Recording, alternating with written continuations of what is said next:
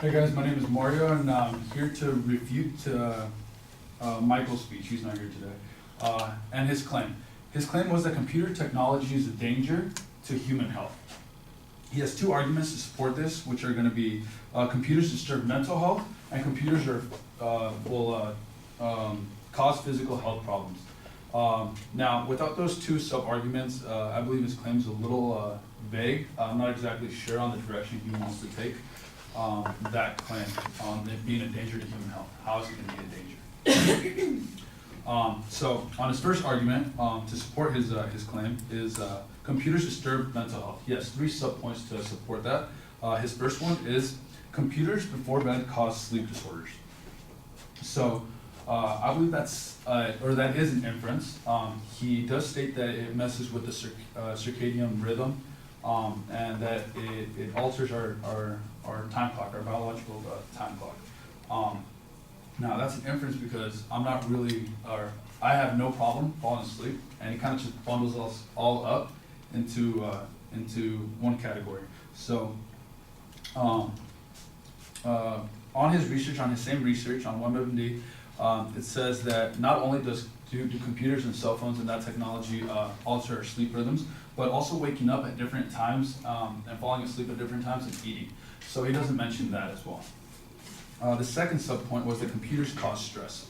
Now that's a little bit broad of a spectrum, or it's a little broad of an analysis. I've never looked at a computer and been instantly stressed. So it's more of a tool. So he fails to reach that point. It's a tool to do things that we get stressed on, such as research papers or homework or any kind of research that we might need to do. His third subpoint was that computers are addicting. Now, that's another generalization that they're not addicting in itself. Now, he provides no argument to support that they're addicting, no statistics, no hard facts.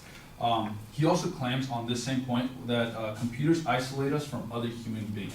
Now, that's an inference. It could be something that he experiences in his own life. Now, he does not mention that computers also bring humans together, like being able to communicate to another person that's continents away. He does have this point, or this case of Daniel Petrick's, the shooting where he killed his mom and severely injured his dad. Now, that is it is a good fact. It is something that happened, but that just could be an isolated case, and he has no proof that it's an ongoing thing and that it's directly related to computers or that technology in itself. The second argument he uses is that computers cause physical health problems. He states that computers cause neck and back pains, but there's no support for this argument that it causes this in everybody. There is no statistical data, no hard facts on what exactly it is that's causing this. He also has this argument that he states that computers could lead to lifelong problems. So what lifelong problems? I'm a little confused on what he was trying to achieve through that. So to conclude, Michael's claim that computer technology are a danger to human health in itself is a little confusing to me. I'm a little unsure of where he wants to go with that argument until he presents his supporting arguments. The body of the speech does make sense, but he uses a one-size-fits-all approach to get his points across.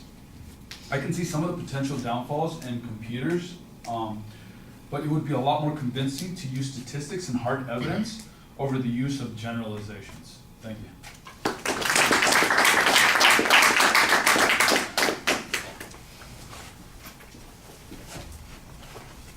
My computer keeps me alive. My computer keeps me alive. That's serious.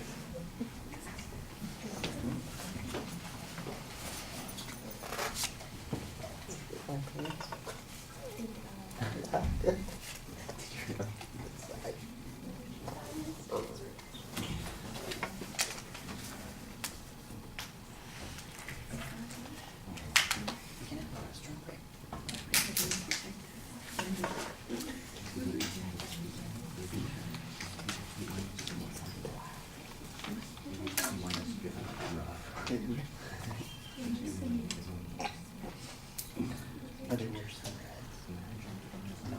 like, oh yeah.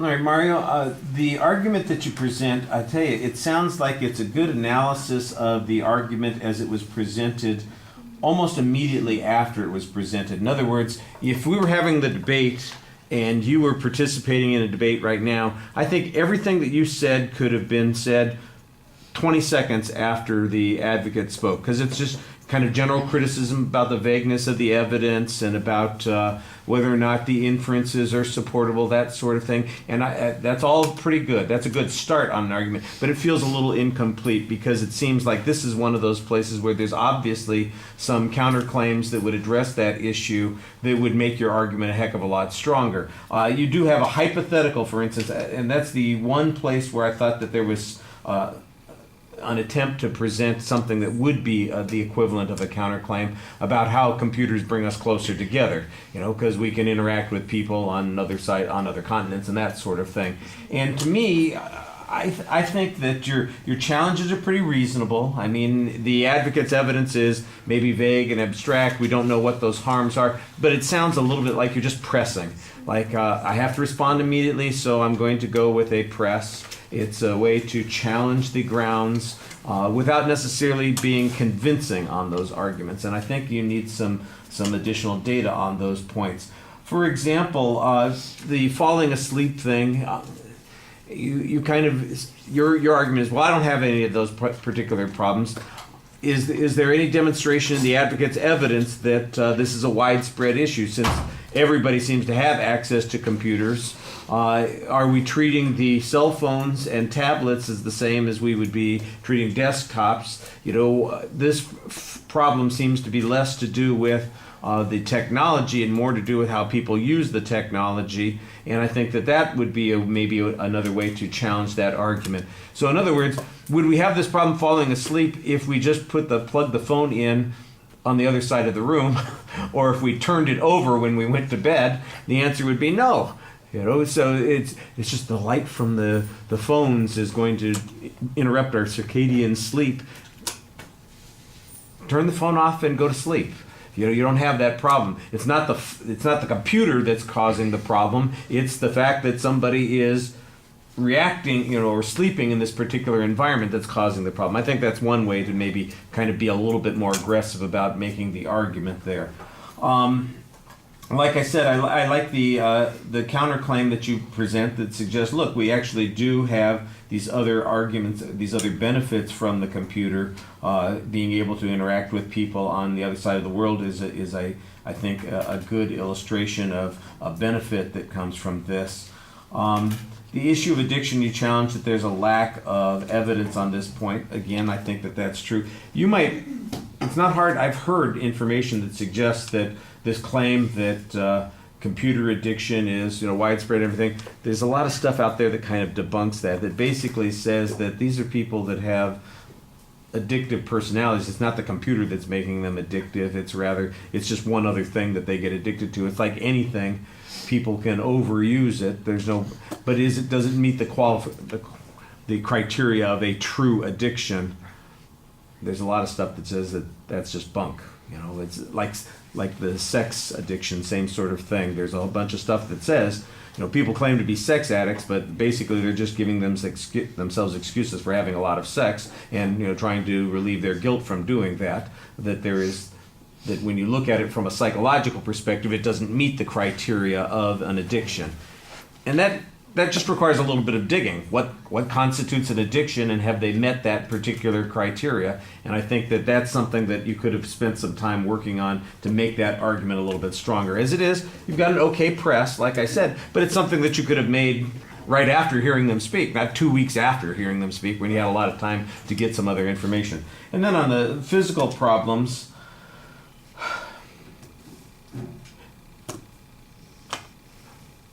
you don't want to say, I don't think you quite get there, but the idea of pretending that there aren't physical issues that come from sitting at a computer all day long is, everybody here is going to know. You get eye strain, you get back problems, that kind of stuff. The real question is there anything that mitigates that? How important is that? Is it substantially different from any other problems that we would have? For instance, if we were working without the computers, we might have other issues that would give us the similar kinds of problems. And there's plenty of stuff that's out there that tries to mitigate that. They've changed the design of computers. There are special glasses that people wear to work on the computers to reduce eye strain. The screens are changing. There's a lot of technological innovation that fixes all those sorts of issues. And with people using tablets and that sort of thing, the way that they're sitting is less and less an issue. I mean, there are a lot of ways that you can attack this argument if you just are being a little more creative and aggressive on it. So I just felt a little like it was underdeveloped given the amount of time that you had to respond. You found the immediate responses. That's a good thing. And so there's nothing wrong with those kinds of things. I just think you need to be a little bit more aggressive in finding some other kinds of responses on it. All right, thank you.